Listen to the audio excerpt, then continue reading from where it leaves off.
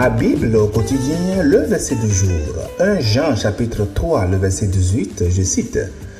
Petits enfants, n'aimons pas en parole et avec la langue, mais en action et en vérité. Fin de citation, glorifions le Seigneur.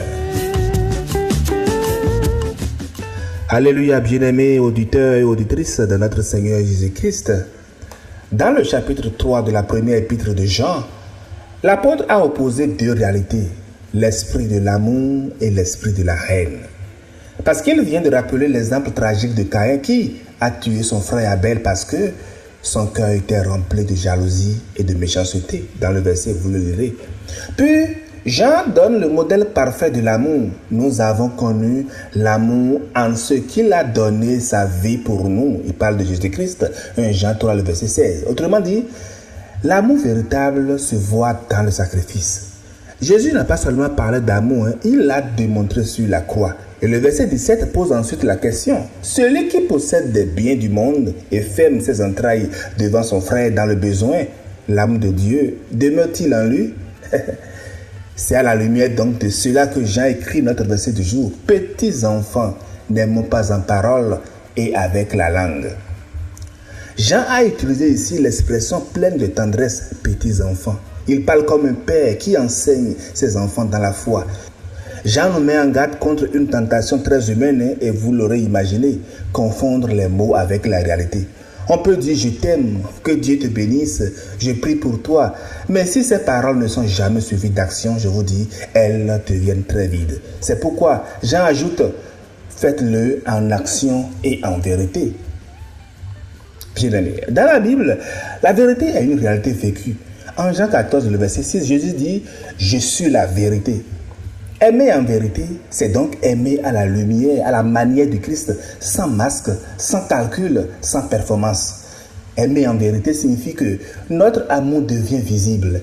Aider quelqu'un qui traverse une difficulté, encourager celui qui est découragé, pardonner au lieu de nourrir la haine, partager avec celui qui manque.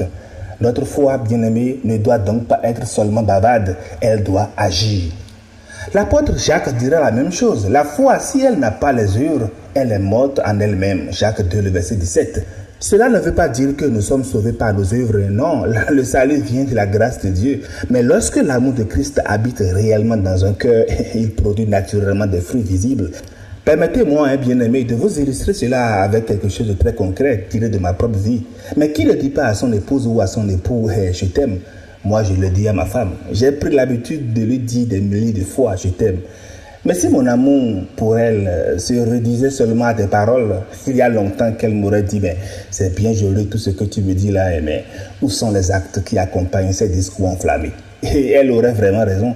Heureusement, des milliers de gestes quotidiens ont accompagné mes paroles. Donc l'amour doit se traduire par des actes. Et je vous dis, ce qui est vrai au sein du couple l'est également pour toutes nos relations familiales, sociales et ecclésiales. Et dans nos relations avec Dieu. Chanter des louanges de Dieu sans aucun acte démontrant notre amour pour lui, c'est une attitude religieuse mais qui est vraiment vide de sens. Jacques 2, les versets 15-16 nous disent, si un frère ou une sœur sont nus et manquent de la nourriture chaque jour, et que l'un d'entre vous leur dise, allez en paix, chauffez-vous et vous rassasiez, mais sans leur donner ce qui est nécessaire au corps, à quoi cela sert-il? Bien-aimé, l'amour sans les actes est une illusion pieuse. Et dans la parabole de bon samaritain, Luc 10, les versets 36-37, Jésus n'a pas demandé qui a le mieux parlé de l'amour du prochain, mais c'est lequel des trois a été le prochain. L'homme répond, celui qui a exercé la miséricorde. Et Jésus conclut, va et fais de même. Cher ami, dans notre verset, Jean n'a pas condamné les paroles d'affection. Il dit, ne vous en contentez pas. L'amour descend de la bouche au cœur, du cœur aux mains, mais des mains au monde réel. Et voici trois registres de l'amour qui doit être en action et en vérité. L'amour de présence, c'est-à-dire être là physiquement, vraiment pas envoyer un message, être là. L'amour de sacrifice, Donnez ce qui coûte quelque chose, du temps, de l'argent, de l'énergie, de la réputation et aussi l'amour de la vérité. Dites ce qui est juste, même quand c'est difficile.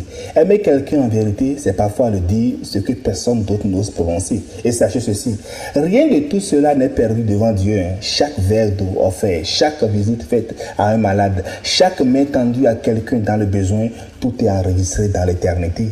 Car Dieu n'est pas injuste pour oublier votre œuvre et l'amour que vous avez montré pour son nom. Hébreux 6, le verset 10.